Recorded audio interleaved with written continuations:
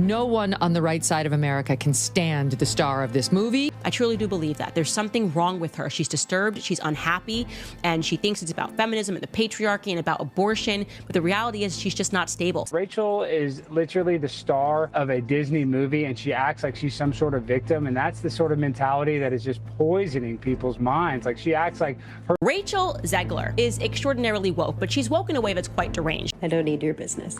Thanks. Disney. For nearly a century, that single word has been synonymous with enchantment, with stories whispered from childhood bedrooms to grand cinema screens, with a legacy built on dreams spun into gold. But even the most magical kingdoms can face storms, and right now, a tempest is raging within the House of Mouse, threatening to capsize one of its most cherished vessels, the live-action remake of Snow White. This isn't just another movie release, it's a cultural event, a reimagining of the very fairy tale that launched Disney's animated empire in 1937. Yet, instead of building anticipation and excitement, the project has become a lightning rod for controversy, a magnet for negativity, a public relations tightrope walk teetering on the edge of disaster. At the heart of the storm stands Rachel Zegler, the young and talented actress entrusted with the iconic role of Snow White. Her outspoken views on modernizing the fairy tale, intended to inject fresh relevance into a classic, have instead ignited a firestorm of online backlash, dividing fans and sending shockwaves through the Disney kingdom. But now, as the narrative threatens to spiral completely out of control, a new voice emerges from the wings, promising to illuminate the darkest corners of this unfolding drama. Rachel Zegler's sister, a figure previously unseen and unheard in this public spectacle, steps forward to break her silence, offering an unprecedented insider's account of what she describes as a full-blown meltdown at Disney. Forget the carefully orchestrated press junkets, the sanitized sound bites, the Hollywood spin machine. The sister's narrative promises unfiltered truth, a raw and revealing look behind the scenes of a fairy tale gone terribly wrong. Prepare to delve deeper than ever before into the creative clashes, the executive panic, the personal toll, and the very real stakes of a Disney dream teetering on the brink. This isn't just a movie anymore, it's a saga, a cautionary tale for the modern age of Hollywood, and the sister's testimony is about to rewrite the narrative as we know it. Imagine the phone call, the agent's breathless voice, the words echoing like a dream. Disney wants you. For Snow White. For Rachel Zegler, a young actress already capturing attention with her burgeoning talent, this wasn't just a role. It was a coronation, a golden ticket to Hollywood royalty, Snow White. The name itself resonates with generations, a symbol of innocence, of fairy tale romance, the very genesis of Disney's animation dynasty. To be chosen to embody her, to breathe new life into this timeless icon, must have felt like destiny itself. According to her sister, in the initial moments, Rachel was utterly euphoric, radiating with excitement, genuinely moved by the opportunity. She envisioned not just playing a character, but carrying a legacy, introducing Snow White to a new generation of dreamers, imbuing her with a contemporary spirit, a voice that would resonate in the 21st century. She saw it as a chance to honor the past while boldly stepping into the future. But the fairy tale shimmer began to fade almost imperceptibly at first, like a slow leak in a meticulously crafted balloon. As pre-production ramped up, as creative discussions deepened, subtle but significant differences began to emerge. Rachel, with her fresh perspective and modern sensibilities, articulated a vision for Snow White that, while rooted in admiration for the original, sought to gently nudge the character away from certain tropes, to explore nuances that perhaps hadn't been fully realized in the 1937 version. These weren't radical overhauls, not initially, but rather thoughtful suggestions, a desire to enrich the character's agency, to give her a voice that spoke more directly to contemporary audiences, particularly young women. However, these seeds of modernization, planted with the best of intentions, began to sprout into unforeseen creative divergences, creating hairline fractures in the initially harmonious production, subtle tremors hinting at deeper fault lines beneath the surface of the fairy tale facade. The dream role, still shimmering on the horizon, was beginning to cast a slightly longer, more complex shadow. The internet, a vast and often volatile kingdom of opinions, became the battleground for the Snow White debate.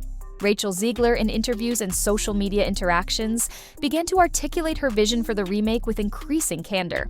Perhaps fueled by enthusiasm, perhaps by a desire to connect with a younger audience, she spoke openly about her desire to update Snow White, to move beyond what she perceived as outdated elements of the original.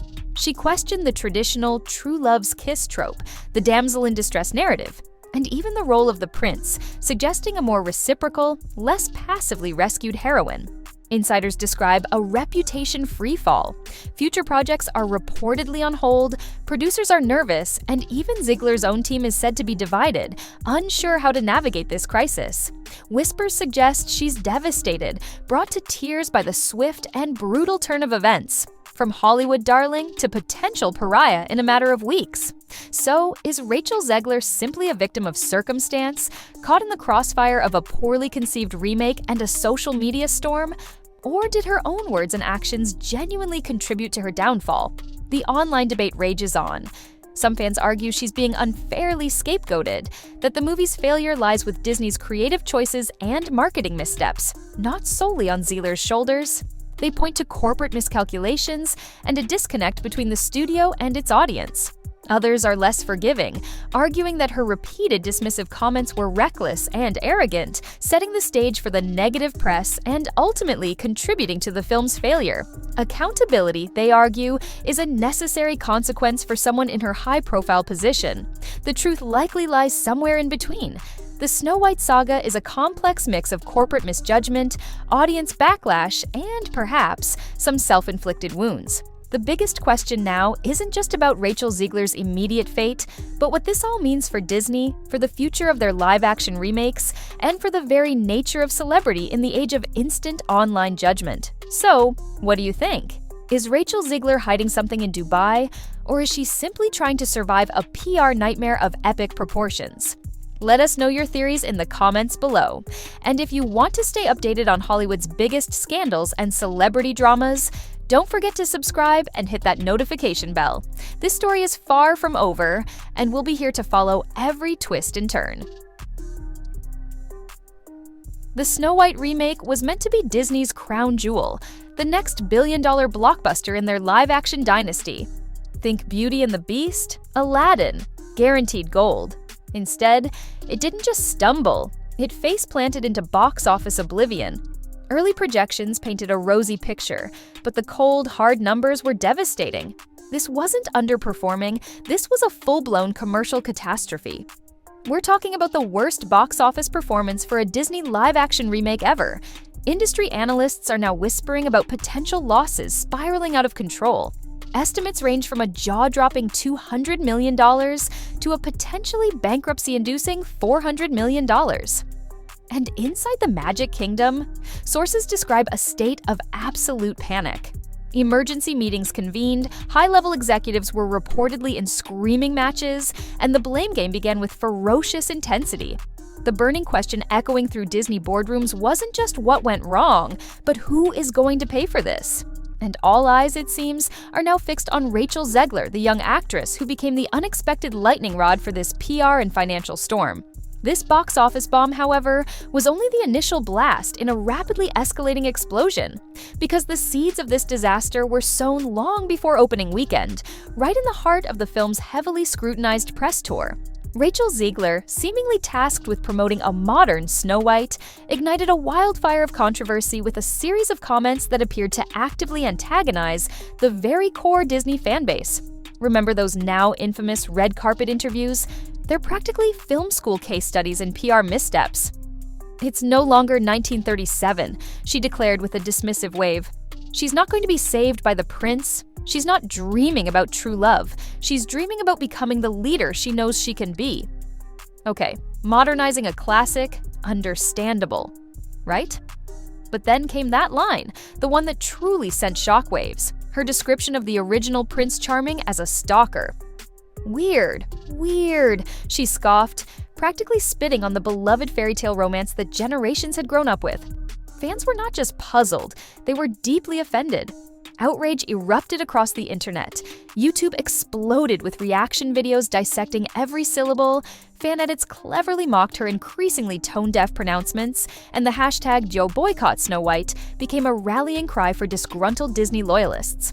This wasn't just your run-of-the-mill movie criticism. It felt like a cultural revolt against what many perceived as a hostile and arrogant reinterpretation of a cherished classic.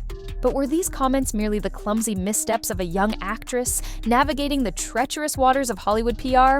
Or did they signal a more profound and damaging disconnect between Disney, its star, and its core